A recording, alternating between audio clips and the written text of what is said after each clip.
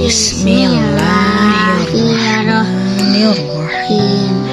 Ini sekarang kita cerita tentang buku Satwa Liar. Nah, binatang manakah yang paling cepat? Mana? Iya, cheetah. Binatang darat yang paling cepat ialah cheetah. Untuk jarak dekat, cheetah dapat mencapai kecepatan 113 km per jam. Berikutnya ialah antelop. Ini antelop nih ya. Nah, tanduk ceranggah dengan kecepatan 97 km per jam. Jadi itu antelop, jenis tanduk ceranggah ya. Ada lagi.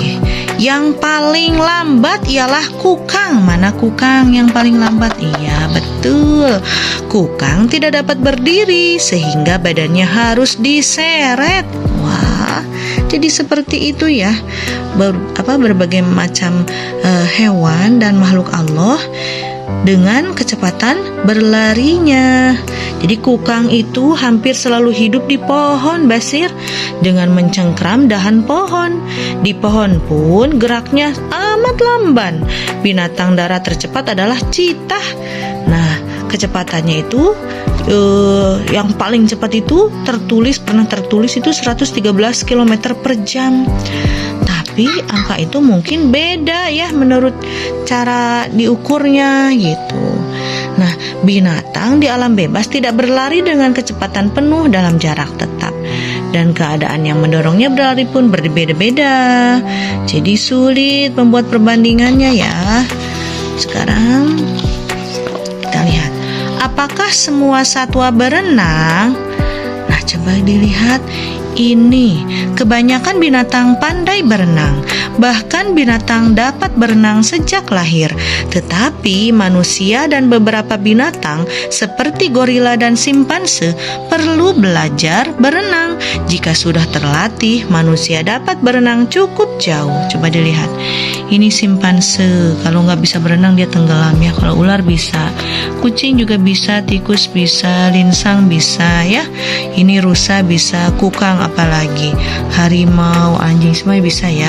Harimau, kukang bisa. Bisa lah. Terus harimau itu aslinya pandai berenang ya. Jadi tidak belajar seperti manusia, dia alamiah bisa belajar sendiri. Itu kadang belajar sama lihat ibunya gitu ya, lihat binatang yang lain. Nah, simpanse tak dapat berenang. Kata simpanse, "Aku ingin berenang." Kata gorila, "Aku juga," katanya.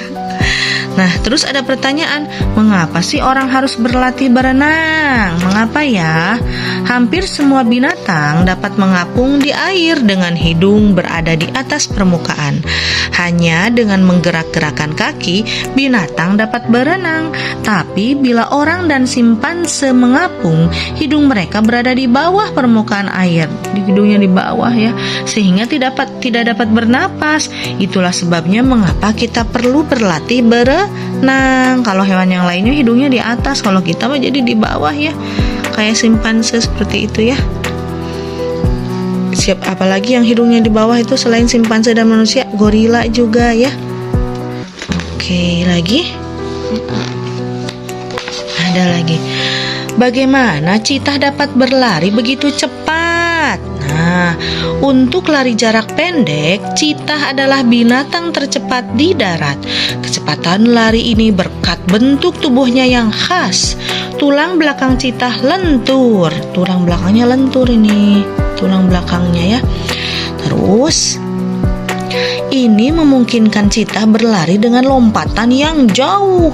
Selain itu, kaki cheetah berjari cakar ramping panjang. Cakar itu mencengkram tanah seperti tonjolan sol sepatu yang memungkinkan cheetah berlari sangat cepat. Nah, ini. Jadi seperti beginilah kalau dibayangkannya, cakar cheetah mencuat dari jari kakinya. Sewaktu cheetah berlari, cakar berfungsi seperti tonjolan runcing sep pada sepatu lari. Kayak gini, cep cep cep gitu ya. Citah, lihat cara citah berlari. Citah meringkukkan badannya seperti pegas dan kaki belakangnya menjejak dengan kuat. Ini seperti pegas, kaki belakangnya cep, gitu ya. Citah meregangkan tubuh seperti pegas, set gitu. Tiba-tiba dilepaskan, set, set gitu ya. Dan tubuhnya melompat bagaikan terbang, set, set ke sini. Sekali lompat, jauhnya dapat 7 meter. Ketika kaki depannya menyentuh tanah, tubuhnya meringkuk lagi kayak pegas, set, set, langsung terbang kayak gitu ya. Nah, ini citah gambarnya menangkap seekor hewan namanya gazel. Setelah mengejar dengan kecepatan penuh, citah betina berhasil menangkap mangsanya. Lehernya langsung dicengkram, lalu mangsa itu dibunuh. Jadi kalau citah berburu itu langsung langsung ke tempat yang ininya, basir tempat intinya nih, ke lehernya biar tidak bisa bernapas nantinya si gazelnya. Mengapa harimau berloreng? Mengapa ya? Loreng menyebabkan harimau tak mudah dilihat. Di tempat terbuka, loreng kuning dan hitamnya mudah dilihat. Tetapi di semak atau di antara pepohonan, harimau sulit diamati. Rusa dan binatang lain tidak dapat melihat warna dengan baik, sehingga makin mudahlah harimau bersembunyi. Lihat, ini berkamuflase nih. Mata rusa hanya melihat citra hitam dan putih. Kalau rusa melihat itu hanya hitam dan putih. Jadi si rusa bertanya-tanya, apakah di situ ada harimau nggak ya? Katanya gitu. Nih, ini yang dilihat oleh rusa. Nah, harimau sedang mengintip dari celah rerumputan lebat berbaur dengan latar belakangnya. Lihat, jadi nggak kelihatan ya karena bulunya berbaur dengan rumput-rumput sebagai latar belakangnya. Ini namanya terutul nih, terutul. Terutul ini membuat hewan pemburu tidak terlihat. Kucing liar dan jaguar hidup di semak dan rerumputan. Latar belakang ini menimbulkan kontras antara cahaya dan bayangan. Kucing liar dan jaguar, terutul itu ya. Kucing liar dan jaguar, apa tadi? Mempunyai terutul gelap dengan latar belakang terang sehingga berbaur dengan sekelilingnya. Dengan demikian, binatang ini sulit terlihat oleh mangsa dan dapat mendekatinya tanpa diketahui.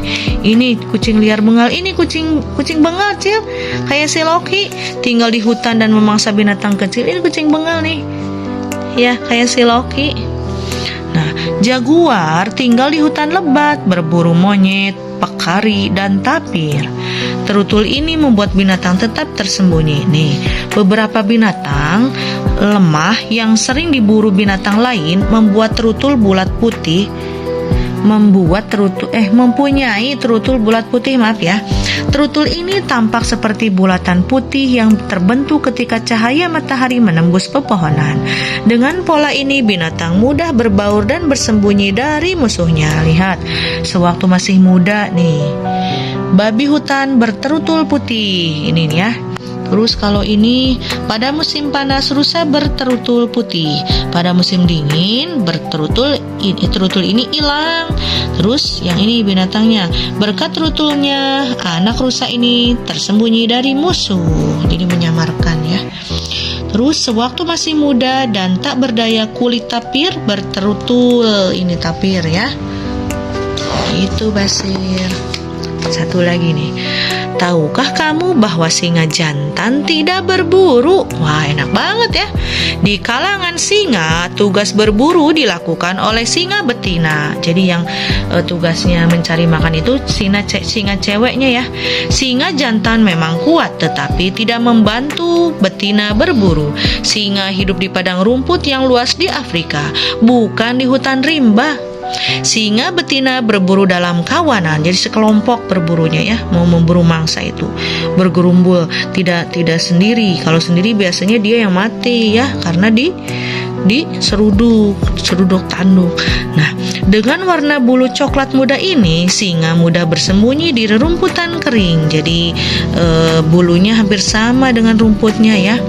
Nah, ini lihat lagi diburunya tuh, bergerombol. Kalau singa jantan diam aja. Tidak membantu ya, walaupun dia kuat. Apakah singa jantan tidak perlu makanan? Ketika singa betina pulang membawa makanan, nah lihat, singa jantanlah yang memakannya lebih dulu. Wah, kalau si jantan sudah selesai makan, barulah singa betina dan anak-anaknya makan. Enak banget, lihat. Terus, ketika masih muda, singa jantan sering hidup sendirian dan mencari makan sendiri. Oh, jadi begitu ceritanya. Makanya dia kalau sudah mempunyai kelompoknya, ya, kalau punya istrinya, anak-anaknya gitu ya, dia tidak mencari makan. Yang tugas mencari makan adalah istri-istrinya. Tapi dia dulunya sebelum punya anak itu dia berburu makanannya sendiri, begitu ya.